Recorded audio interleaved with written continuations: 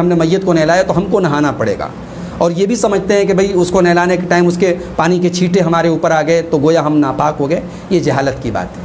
آپ چاہیں غسل کر سکتے ہیں، لیکن غسل واجب نہیں ہے آپ کے اوپر. ایک بار غسل دینا ضروری ہے، کم سے کم ایک بار غسل دینا ضروری ہے. لیکن اگر ایک بار سے تسلی نہیں ہو رہی ہے تو اس سے زائد ہم 3 بار 5 بار 7 بار تک غسل دے سکتے ہیں. طاق عدد میں دیا جائے، یعنی ایک بار میں اگر نہیں ہوا تو 2 بار اور دے دیا جائے، 3 بار میں اگر نہیں ہوا تو 2 بار اور کر کے 5 بار کر دیا جائے. طاق عدد میں غسل دیا جائے تو یہ زیادہ بہتر ہے. اللہ کے نبی صلی اللہ علیہ وسلم اپنی بیٹی کو جو لوگ غسل دے رہی تھیں، جو عورتیں غسل دے رہی تھیں، آپ نے فرمایا اغسلنها ثلاثا او خمسا او سبعا، 3 بار یا 5 بار یا 7 بار ان کو غسل دو. او اکثر من ذلك ان رأيتن، اگر مناسب سمجھو تو اس سے بھی زیادہ دے سکتی ہو. تو اس سے معلوم ہوا کہ طاق عدد ہو، اور جب تک تسلی نہ ہو جائے غسل. ایک مرتبہ غسل کا مطلب ہوتا ہے کہ سر سے پیر تک ہم نے پورے بدن کو دھو لیا تو ایک غسل ہوا. تو 1 مرتبہ 2 مرتبہ 3 مرتبہ اس طریقے سے ہم غسل دے سکتے ہیں. آخری مرتبہ جب ہم غسل دیں گے تو پانی میں ہم کافور ملا لیں گے. اللہ کے رسول صلی اللہ علیہ وسلم فرمایا وَجْعَلْنَا فِي الْآخِرَةِ كَافُورًا، آخری بار جب غسل دو تو کافور ملا لو. کافور سے کیا فائدہ ہوتا ہے؟ امام شوکانی رحمۃ اللہ علیہ کہتے ہیں کہ اس سے جو میت ہوتی ہے نا، اس کا ڈھیلا پن ختم ہو جاتا ہے، اور کیڑے مکوڑوں سے قبر کے اندر جو ہے وہ حفاظت کرتی ہے. اور بہرحال اللہ کے رسول کا حکم آ گیا تو ساری باتیں ختم. کوئی لاجک نہ بھی معلوم ہوتی تب بھی ہمیں کافور اس پانی میں استعمال کرنا چاہیے. آخری بار جب ہم غسل دینے لگیں تو پانی میں کافور ملا لیں. غسل کے بعد کسی صاف کپڑے یا ٹاول وغیرہ سے میت کو پوچھ لیں اور پھر اسے ہم کفنائیں گے.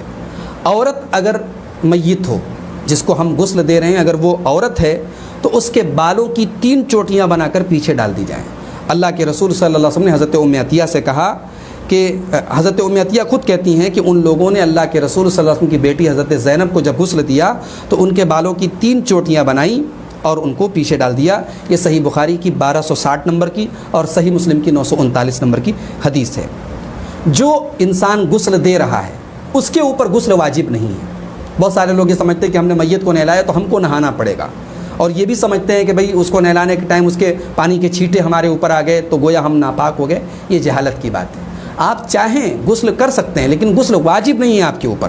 اللہ کے رسول صلی اللہ علیہ وسلم فرمایا لیس علیکم فی غسل میتکم غسل، میت کو غسل دینے کے بعد تم پر غسل واجب نہیں ہے. فإن میتکم لیس بنجس، اس لیے کہ تمہارا جو میت ہے وہ ناپاک نہیں ہے. فحسبکم ان تغسلوا ایدیکم، اپنے ہاتھ دھو لو کافی ہے. اگر ہمارے ہاتھ میں گندگی لگی ہاتھ دھل لیں، اگر کہیں گندگی واقعی میں ہمارے بدن پہ کپڑے پہ لگے اس کو دھل لیں. غسل دینے والے پر غسل واجب نہیں ہے. یہاں ایک مسئلہ اور یاد رکھیں کہ اگر کوئی انسان جل کر کے مر جائے یا کسی ایکسیڈنٹ میں اس کی موت ہو جائے تو اگر اس کی لاش، اس کی باڈی اس لائق ہے کہ اس کو غسل دیا جا سکتا ہے تو غسل دیا جائے گا. اگر غسل دینے کے لائق نہیں ہے تو اس کو تیمم کرایا جائے گا.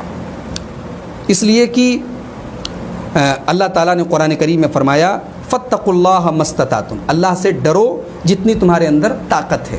اسی لیے سعودی عرب کی فتویٰ کمیٹی اس سلسلے میں فتویٰ دیتے ہوئے کہتی ہے اذا تعذر غسلہ، جب میت کو غسل دینا مشکل ہو فإنہ ییمم، تو اس کو تیمم کرایا جائے گا. اس لیے کہ اللہ تعالیٰ نے قرآن میں فرمایا فاتقوا اللہ ما استطعتم، اللہ سے اتنا ڈرو جتنی تمہارے اندر طاقت ہے. اور اللہ تعالیٰ نے زندگی میں جیسے ہم ناپاک ہوں اور پانی نہ ملے یا پانی استعمال کرنے پر ہم قادر نہیں ہیں تو تیمم کا حکم دیا ہے، ویسے ہی اگر میت نہلانے کے لائق نہیں ہے تو اس کو تیمم کرایا جائے گا. یہاں آخری بات کہہ کر کے ہم اپنی بات ختم کریں گے کہ میت کو غسل کرانے والا اگر میت کے اندر کوئی عیب دیکھے، کوئی کمی دیکھے، کوئی شر دیکھے تو اس کا تقاضا ہے، اس کے لیے واجب ہے کہ وہ اس کو چھپائے، اس کو ظاہر نہ کرے. یہ ضروری ہے میت کے غسل دینے والے کے حق میں. تو یہ چند باتیں تھیں میت کو غسل دینے کے طریقے کے تعلق سے.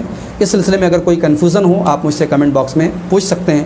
انشاءاللہ ان سوالوں کا جواب دینے کی کوشش کی جائے گی. اللہ تعالیٰ سے دعا ہے رب العالمین ہمیں اپنے نبی صلی اللہ علیہ وسلم کی سنت کے مطابق زندگی کے تمام امور انجام دینے کی توفیق عطا فرمائے. آمین.